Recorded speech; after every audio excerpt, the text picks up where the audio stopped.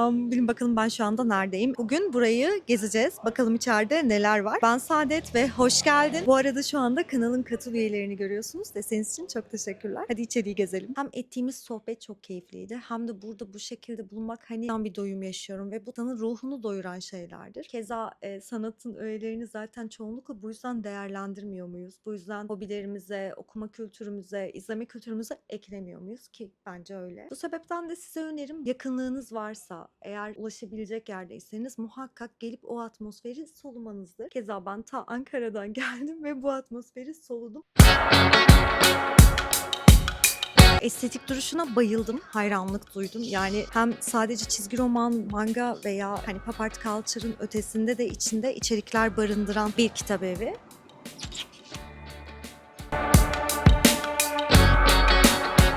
Duvarın dekore edilişi o kadar güzel ki aslında bu kedi buradaymış daha önce ama biraz yaşlandığı için eve götürmüşler.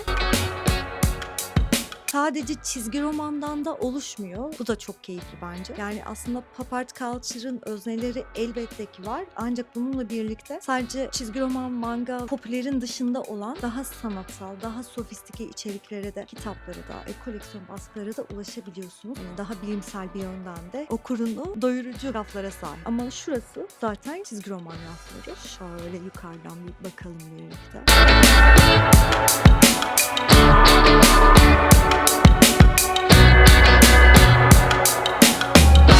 Evet, yeni okuma listesi oluşturdum tabii ki de buradan. Videonun sonunda onu da göstereceğim size. Alan Moore'un Cehennemden Gelenini acayip merak ediyordum. Zaten yayınlarda da birkaç kez konuşmuştuk, belki hatırlarsınız. Margaret'i ne kadar çok sevdiğimi bu videoda da muhakkak söylemeliyim hazır gelmişken. Hani hem tablolarını hem de hayatına atıfları olan ama bir noktada da tıpkı şurada da yazdığı gibi biyografi olmayan bu çizgi roman okumak acayip keyifliydi. Hem görsel hem hikaye akıcılığı, kurgunun okuyucuya iletiliş şeklini çok sevmiştim. Keza yetişkinlere yönelik çizgi roman önerileri videomda da bundan bahsetmiştim. Keza Paris öyle tamamen modern dönemin etkileriyle yola çıkarak farklılık arayışının, ait olma arayışının öznesi olma isteğiyle hareket eden karakter tasvirlerine sahip. Onu da yetişkin arkadaşlara öneriyorum.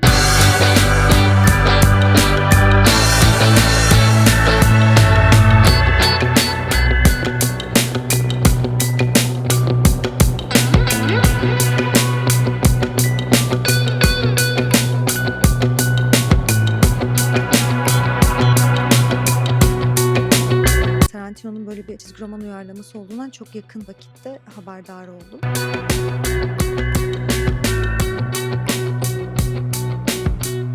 Bilmiyorum bu raflarda arasında okuduklarınız var mı? Eğer varsa yorumlarda ya Saadet şu harikaydı, şu çok güzeldi diye yorumlarda benimle paylaşıp önerilerinizi bana verebilirsiniz. Başka yayınların da tabii çizgi romanlarına yer veriyorlar raflarında.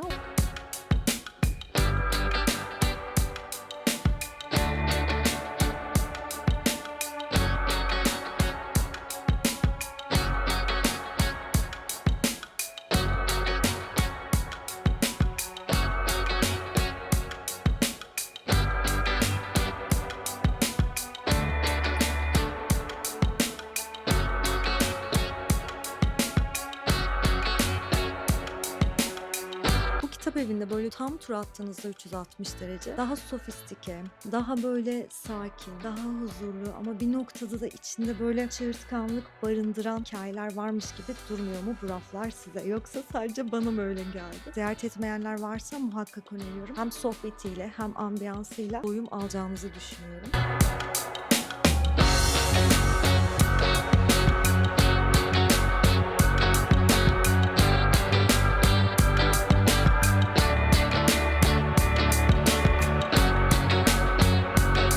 Size her zaman diyorum zaten sadece çizgi roman, manga okumanın dışında da klasikleri, iyi eserleri sağda solda bir yerlerde bulup okumanın öneminden olabildiğince bahsetmeye çalışıyorum en azından. Ne kadar yetiyorum bilmiyorum ama deniyorum en azından.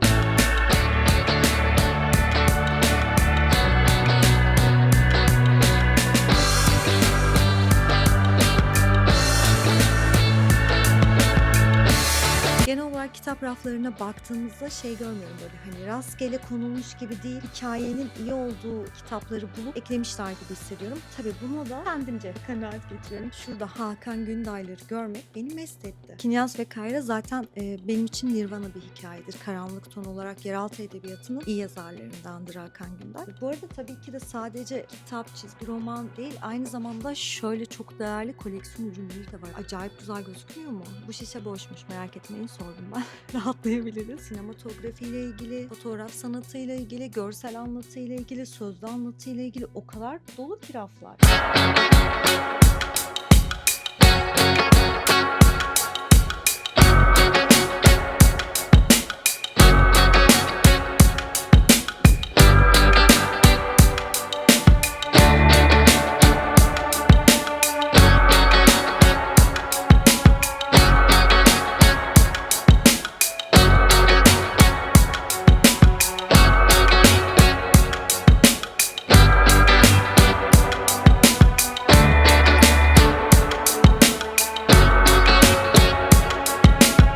Bunların hepsi öneri tabii ki de, hiçbir şey reklam değil. Bu arada güncel olarak listeme an itibariyle şu çizgi romanı da eklemiş bulunmaktayım. Çünkü böyle bir çizgi roman uyarlamasından henüz haberdar oldum. Bu yüzden de kitap evlerini gezmek, gidip orada koklamak, oradaki atmosferde soluklanarak sohbet etmek doyurucu bilgilere ulaşmamıza da sebep olduğunu düşünüyorum. En azından benim için öyle oldu. Şimdi videonun bakalım neler aldım kısmına geçebiliriz bence. Otel odasından selamlar. Az önce utana sıkıla, biraz da çekinerek çektiğim vlog videosunu izlediniz. Flanörü gezdik birlikte. Nezih bir ambiyansı vardı. Profesyonellik beklemeyin bu videoda. Otel odasında çekiyorum. Hani taze taze o sıcak heyecanla yansıtmak istiyorum çünkü size. Şu poşetten başlayalım. Bu alışveriş videoları...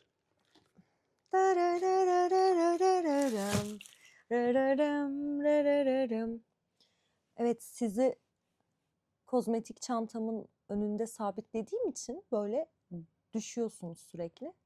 Düşmeyin, tamam mı? Arkadaşlar okumak için sabırsızlanıyorum. Biliyorsunuz ki alışveriş videolarında böyle genelde okumadığım şeyleri aldığım için haliyle çok fazla betimleyip tanımlayamıyorum. Çünkü içerik hakkında bir fikrim olmuyor. Ancak okuduktan sonra da beni susturamıyorsunuz. Hatta o kadar susturamıyorsunuz ki videoları çekiyoruz. Videoları çektikten sonra canlı yayınlara geçiyoruz. Aynı şeyleri üstüne kata kata anlatıyoruz. Defalarca kez. Ve asla usanmıyoruz. Çünkü biz burada bir tutkuyu paylaşıyoruz. Şöyle bir Dostoyevski'nin hayatı ve eserleriyle ilgili bir derleme varmış. Okuduktan sonra zaten size çok daha deneyimli bir yerden anlatacağım. Ama şöyle minimal ölçekte de çizimleri gösterelim. Bunlar da ayraçlarımız. Bu çizgi romanı daha önce okumuştum. Hatırlarsınız belki önceki videolarımdan. Sonsuz Aşk ve Diğer Hikayeler o kadar kreatif ki, o kadar şiirsel bir tonda ilerliyor ki. Ya benim gibi bir tık ucundan romantizm seviyorsan okumalısın. Hiçbir şey reklam değil. Kitaplığımdan eksik edemezdim. Çizimler şöyle. Bu birinci dönem. 3 dönem şeklinde çıkmış baskılar. Yani 1, 2, 3 gibi bir okuma ilerleyişi olduğunu buradan anlayabiliriz. Bu arada hardcover. Çizimler o kadar harikulade ki nasıl ilerleteceğim, ne kadar sürede okuyacağım hiçbir fikrim yok. Yani muhtemelen beni içinde bir süre tutacak çizgi romanlardan, o serilerden biri olacak gibi düşünüyorum. Hani evimde kedilerin olması yetmiyor bana. Kitaplığımda da kedilerin olmasından hoşlanıyorum. Bu tarz şiirsel duran, özellikle kedileri resmederek kendi içinde barındıran eserlere de yer vermeyi, okumayı, izlemeyi çok seviyorum. Baskılar acayip kaliteli. Çizimler bu şekilde. Şu ana kadar gösterdiklerim sanıyorum ki bazıları hariç 18 yaş ve üzerine hitap ediyordu. Ancak bunda öyle bir yaş sınırlaması yok bu arada. İçinden ayrıcı çok güzelmiş. Ya yiyeceğim seni, şuna bakar mısın? Çok tatlı değil mi? Hayatımda şöyle bir çizgi roman hiç okumadım. Flanör Kitap Evi'nde Türker Bey ile konuşurken bana son sayfalara bakmamı ve bu çizgi romanın derlenip toplanırken, ortaya çıkartılırken çok fazla kaynaktan referans alınarak, araştırılarak yapıldığını belirtti. Bu az önce gösterdiğim sayfalarda hangi kaynaklar olduğunu belirtiyor. Baktığımızda çizimler vesaire, tasarım çok basitmiş gibi duruyor ama sanıyorum ki hikayeyi bazı çizgi romanlarda güzel bir yerden göstermemek için, yani kötü olan olan bir şeyi güzellememek için de böyle bir stilize etme hali varmış. Okuduktan sonra bunu daha net değerlendiririz bence. Bir yandan size anlatıyorum ama bir yandan da şey modundayım. Hemen okumalıyım ama hangisini? Bu nedir ya? Bu kapaklar.